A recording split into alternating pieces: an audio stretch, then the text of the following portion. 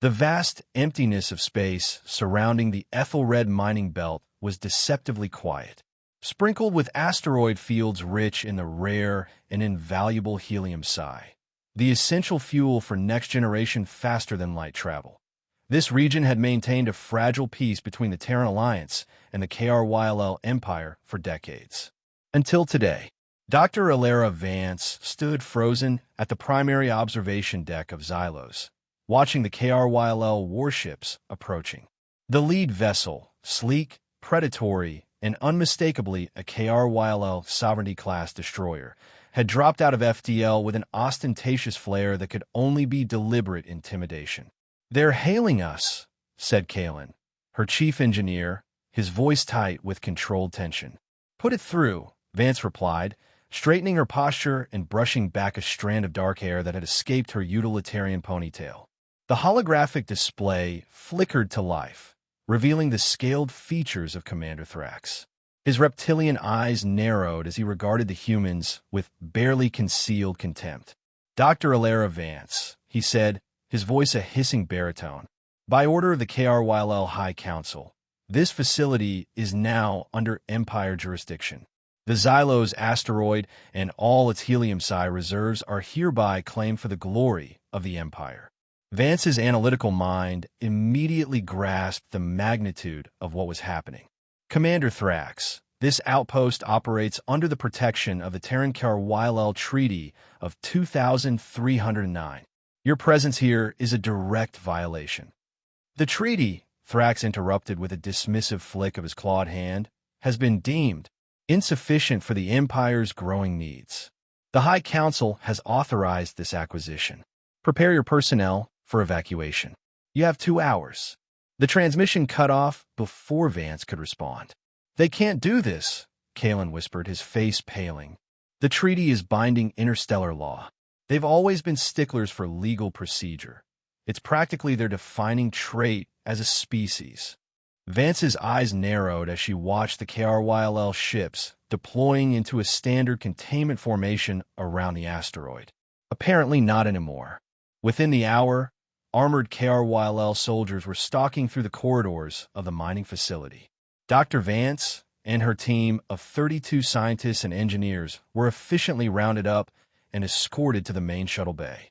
"Your research data?" Commander Thrax inquired, appearing personally to oversee the evacuation. "Encrypted and stored on Terran Alliance central servers," Vance lied smoothly. "Standard protocol." The KRYLL commander's scaled brow ridge lifted slightly, a gesture Vance recognized as suspicion, but he made no further inquiry. As the human personnel were being loaded onto their own transport shuttle, Vance cast one last glance at the facility she had spent 3 years developing.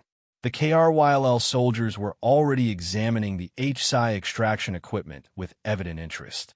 "You've made a grave miscalculation, Commander," she said quietly. Thrax approached her, towering by nearly a foot. "Have I? Your alliance has no military presence within 3 light years. By the time they respond, we will have fortified this position beyond their capacity to challenge." "I wasn't referring to military response." The KRYLL's mouth twisted into what passed for a smile among his kind. "The Terran reputation for non-violent solutions is well known. Doctor, we are counting on it."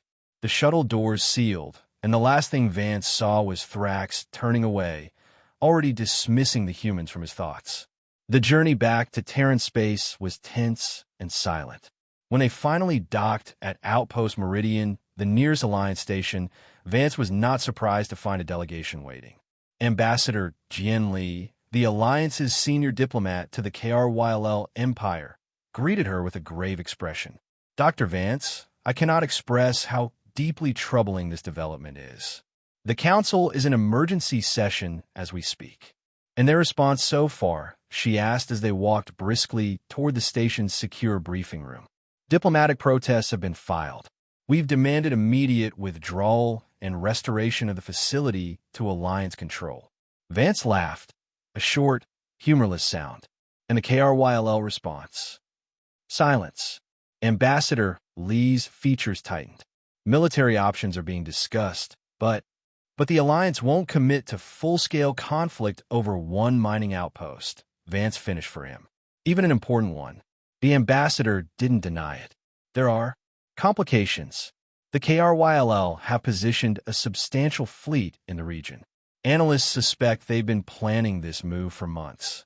Inside the briefing room, high-ranking military and science officers were waiting. Admiral Chen's hologram dominated one end of the table, his expression thunderous. For the next several hours, Vance detailed everything about the seizure, the KRYLL. Tactics, the equipment they had focused on, the questions Thrax had asked. By the end, the room had fallen into a heavy silence. "Thank you, Dr. Vance," Admiral Chen said finally. "You'll be given mandatory recovery leave for the next 2 weeks. After that, we'll discuss your reassignment." Vance leaned forward. "Admiral, with respect, I have a different proposal." The shift in the room was palpable as all eyes turned to her. "I'm listening," the Admiral said cautiously. "The KRYLL want our H-Psi extraction technology. What they don't realize is that our systems are uniquely calibrated. Give me a small team, minimal resources, and a quiet location. I believe we can develop a solution that doesn't require firing a single shot." The Admiral's hologram flickered as he leaned forward. "What exactly are you proposing, Doctor?" Vance's lips curved into a small, tight smile. "Not revenge, Admiral. Something far more elegant." 2 weeks later, Vance found herself on Rhea's Rest, a desolate, crater-pocked moon orbiting a gas giant at the edge of Alliance space. Her facility consisted of 3 prefabricated modules, outdated equipment, and a team of just 6 people, including Kalen. "Project Albatross," Kalen muttered, looking around at their Spartan surroundings. "Appropriate name. This place feels like a weight around our necks." Vance was busy setting up her workstation. "That's the point. We want to look desperate and under-resourced." "We are under-resourced," he pointed out, "but not desperate." She pulled up a holographic display of the original Xylo's facility schematics. "We just need to create the appearance of struggling while we work on the actual project." "Which is?" Vance gestured to the secure terminal she'd personally installed. "Something I've been considering since my doctoral thesis. The KRYLL processing architecture has a fundamental flaw, one they've never addressed because they stole the design from us 60 years ago and don't fully understand it." Over the following months, Project Albatross developed a curious rhythm. By day, they conducted loud, visible experiments attempting to synthesize artificial H-Psi, each failing more spectacularly than the last. Reports were filed detailing setbacks, equipment failures, and dwindling morale. By night, in a shielded subsection of the facility, Vance and her team worked on the real project. For months in, Kalen burst into Vance's quarters at 0300 hours, his expression triumphant. "The KRYLL spy drone is back," he whispered. "3rd night in a row. Same flight pattern." Vance smiled. "Good. They're watching consistently now. The decoy data we left on a less secure server was accessed again, too." "Perfect." She stretched and rose from her desk, where she'd been working on complex code sequences. "Time for Phase 2, then. Let's make sure our breakthrough looks sufficiently desperate but promising." 2 weeks later, Vance made her first official request for additional resources, citing a potential avenue for H-Psi synthesis. The Alliance, playing their part perfectly, granted only half the requested equipment. The KRYLL observation increased. Meanwhile, at Xylo's, Commander Thrax was experiencing his own set of problems. The extraction equipment, despite operating on standard protocols taken from the human databases, was yielding only 62% of the projected output. Worse, intermittent system fluctuations caused periodic shutdowns that his engineers couldn't explain. "The humans must have sabotaged the systems before departure," his chief engineer suggested. Thrax paced the control room, tail swishing in agitation. "No, their evacuation was too rushed, and we monitored them the entire time. Besides, diagnostics show no evidence of tampering. Then perhaps their systems are simply incompatible with our operational procedures." This explanation bothered Thrax even more. The The KRYLL empire prided itself on technological adaptability. Yet here they were, struggling with human mining equipment that should have been straightforward to operate. His concerns deepened when reports arrived from Imperial intelligence about Project Albatross.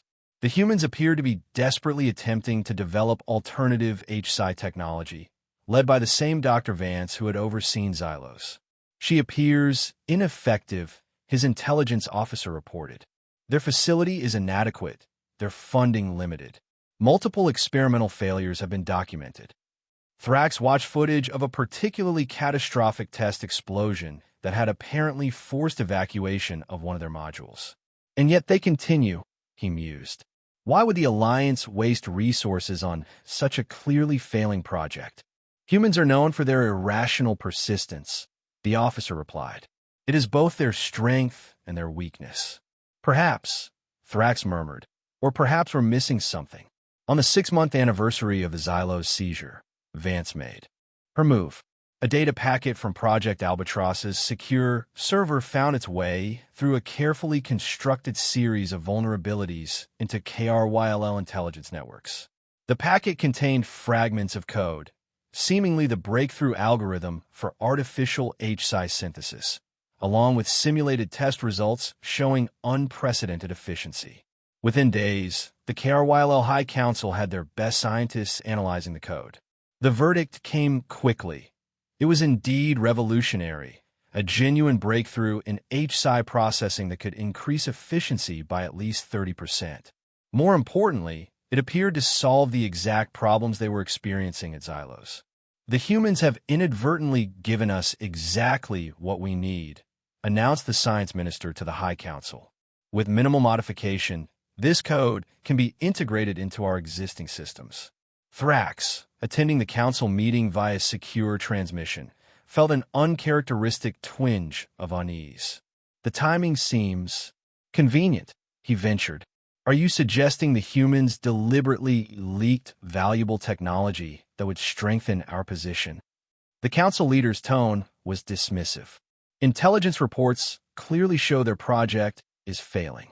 This was simply carelessness born of desperation. Outvoted and outranked, Thrax could only watch as the High Council ordered immediate implementation of a human code into all HPSI processing systems throughout the Empire. The integration began at Xylos. Within hours, extraction efficiency jumped to 110% of projected capacity. The High Council was delighted. Thrax remained uneasy. His instincts proved correct exactly 27 days later. The first anomaly was subtle, a brief fluctuation in the background operational hum of the facility. Thrax might not have noticed had he not been reviewing performance logs in the control room at that exact moment. Did you hear that? He asked the duty officer. Before the officer could respond, it happened again, a strange modulation in the system's resonance frequency that almost sounded like a melody? Run a diagnostic, Thrax ordered. The diagnostic found nothing. But by the end of the shift, the phenomenon had occurred 6 more times, each instance slightly longer than the last. The next day it spread. Not just random sounds anymore, but definite patterns. Rising and falling tones emerging from every system connected to the HPSI processing network. Engineers couldn't isolate the source. Worse, attempts to filter the sounds only resulted in louder, more complex patterns emerging. By the 3rd day, what had begun as an oddity became a crisis. The sounds had organized into what humans would recognize as classical music. Wagner's Ride of the Valkyries, blaring from environmental systems. Mozart's Requiem, pulsing through communication channels. Beethoven's Fifth Symphony, thundering from the extraction machinery itself. For humans, it might have been merely distracting. For KRYLL, with their hypersensitive auditory receptors evolved to detect prey movements through dense foliage, it was excruciating. The cacophony of unpredictable sound patterns, what humans called music, was so disorienting that crew efficiency dropped by 40% in the first day alone. Thrax ordered emergency measures, audio dampening fields, modified ear protection for all personnel. Nothing worked. The music adjusted, finding new pathways and frequencies to bypass every countermeasure. When the first KRYL officers collapsed from auditory overload, Thrax made the difficult decision to evacuate non-essential personnel. But the problem didn't stop at Xylos. The code had already spread throughout the Empire's HSI infrastructure. Warships incorporating the new algorithms suddenly found their systems broadcasting human opera during battle drills. Space stations erupted with symphonies. Even personal devices connected to the main Imperial network began emitting jazz rhythms at random intervals. The KRYL Empire, a military powerhouse with the most disciplined fleet in known space, was being crippled by human music. At Project Albatross, now suspiciously better equipped than its initial desolate appearance, Dr. Alara Vance monitored the chaos with clinical satisfaction. The musical virus is performing exactly as designed, she told her team as they gathered around a holographic display showing KRYL fleet movements. Red dots representing warships were scattered in disarray, many withdrawing from patrol routes. Their entire HSI infrastructure is compromised. How long before they develop a countermeasure? Kalen asked. They can't, Vance replied, allowing herself a small smile. Not without completely rebuilding their processor architecture from the ground up. The virus exploits a fundamental resonance vulnerability in their quantum processing cores, something they've never fixed because they stole the design from us decades ago, without understanding its limitations. Ambassador Lee's hologram appeared at their briefing table. Dr. Vance, I've just come from an emergency council session. The KRYL Empire has gone silent on all diplomatic channels. No responses to messages, no official statements. They're in chaos, Vance said.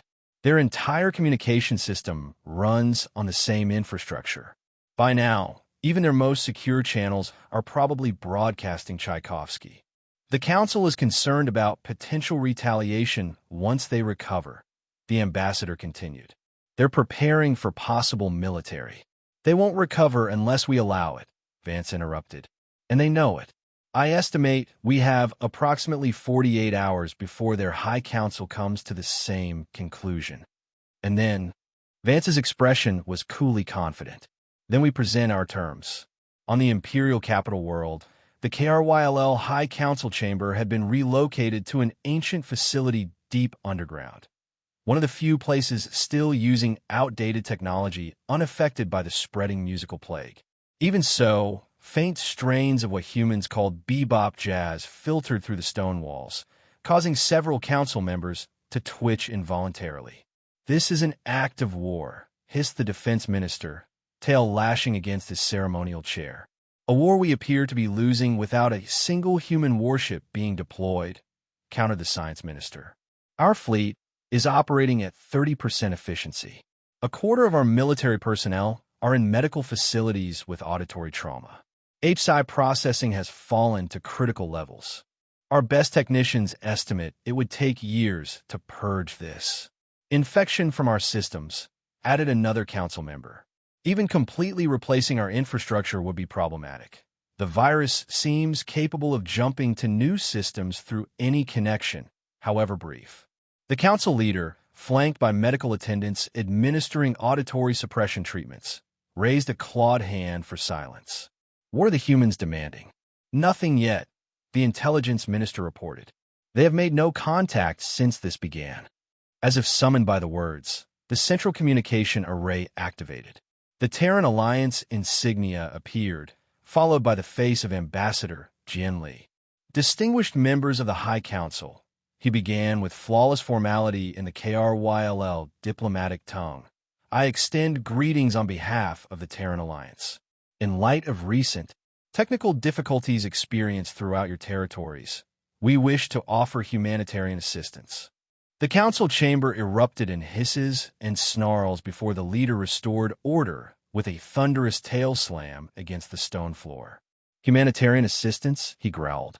You attack our empire with this invisible weapon and then offer aid? Ambassador Lee's expression remained perfectly composed. Attack is a grave mischaracterization, council leader. Our scientists recently discovered an unfortunate harmonic resonance phenomenon while researching alternative H-psi processing methods. It appears this resonance has inadvertently interfered with certain technological systems based on older processor architectures. The lie was so transparent, so audacious, that for a moment the council was stunned into silence. The ambassador continued smoothly. Fortunately, we have developed a harmonic resonance damper that can eliminate these disruptive sound patterns. We are prepared to provide the design specifications and initial units to the Empire immediately, as a gesture of interstellar goodwill. What do you want in return? The council leader demanded, dispensing with diplomatic niceties. 3 simple conditions, Lee replied. First, the immediate withdrawal of all KRYL forces from Xylos and the return of the facility to Terran control. Second, a public acknowledgement of the treaty violation and formal apology. Third, your participation in establishing a new Ethelred Accord with stronger enforcement mechanisms and more equitable resource-sharing provisions. The council leader's eyes narrowed to vertical slits. You expect us to surrender everything? Not at all, the ambassador replied. We expect you to choose the most rational path forward. You seized one mining facility in violation of established treaties. In return, we offer you relief from an empire-wide crisis and a fair renegotiation of access to H-psi resources. I would call that remarkably generous, given the circumstances. The transmission cut off, leaving the council in stunned silence, broken only by the persistent jazz rhythms seeping through the walls. After 3 days of internal debate, an escalating crisis throughout the Empire, the KRYL High Council capitulated. They had no choice. Military options were impossible with their fleet in disarray. Technological solutions had failed. With each passing hour, more critical systems succumbed to the musical infection. The withdrawal from Xylos was swift and total.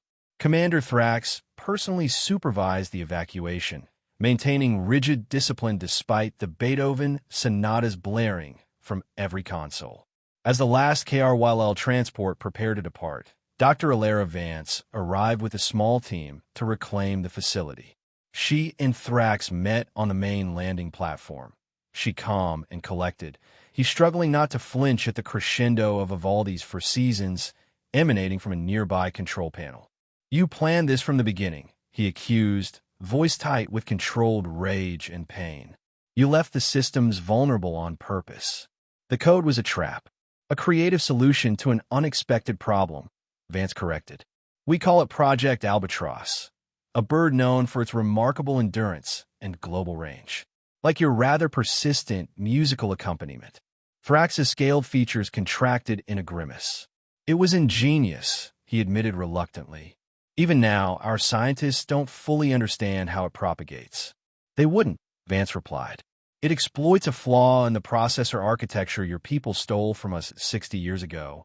A flaw we've since corrected in our own systems, but that you never identified because you didn't truly understand what you'd taken. She reached into her pocket and withdrew a small device. Your first harmonic resonance damper, as promised. Once installed in your primary systems, it will begin suppressing the musical patterns.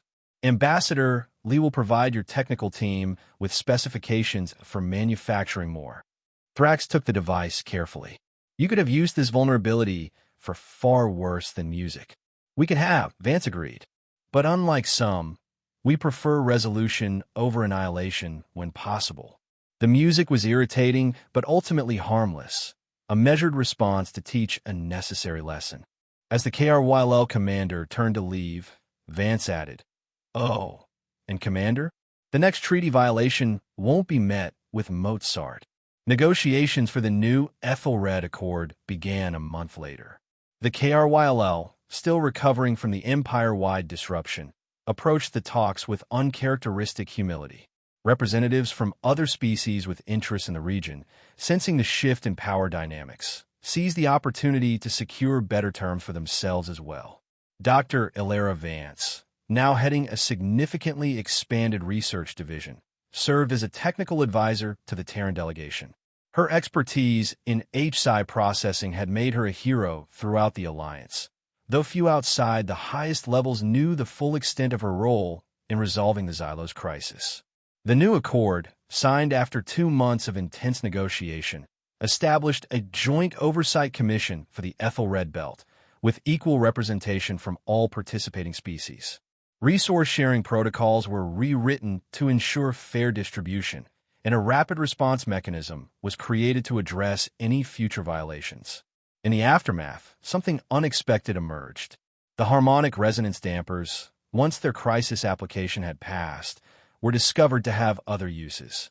Modified versions became popular among younger KRYLL who had developed a fascination with human music during the plague. Cultural exchange programs flourished, focusing on music and sound art forms between species with radically different auditory perceptions. 6 months after the crisis, Vance returned to a fully restored and expanded Xylos facility. Standing at the same observation window where she had first watched the KRYLL warships approach, she now observed a very different scene. A KRYLL science vessel docking alongside Terran ships, part of a joint research initiative studying more efficient HPSI extraction methods. Kalen joined her at the window. "Quite a change from the last time we stood here," he remarked. Indeed, Vance watched as a mixed group of human and KRYLL researchers disembarked from the shuttle. Sometimes the most effective response to aggression isn't force, but creativity. From a nearby console, the soft strains of a new composition played, a curious blend of human orchestral elements and KRYLL harmonic structures, creating something neither culture would have developed alone. "They're calling it Resonance Symphony," Kalen explained. "The first successful human KRYLL musical collaboration. Apparently, it's quite popular on both worlds." Vance smiled. "A fitting resolution, I think." From virus to art form. On the other side of the docking bay, a familiar figure appeared. Commander Thrax, now assigned as scientific liaison to the joint project. He caught Vance's eye and inclined his head in a gesture of respectful acknowledgement. She returned the gesture with a small nod of her own. The music swelled around them, no longer a weapon but a bridge. In the vast darkness of space, where conflicts could so easily end in destruction, humanity had proven that creation could be the most powerful force of all.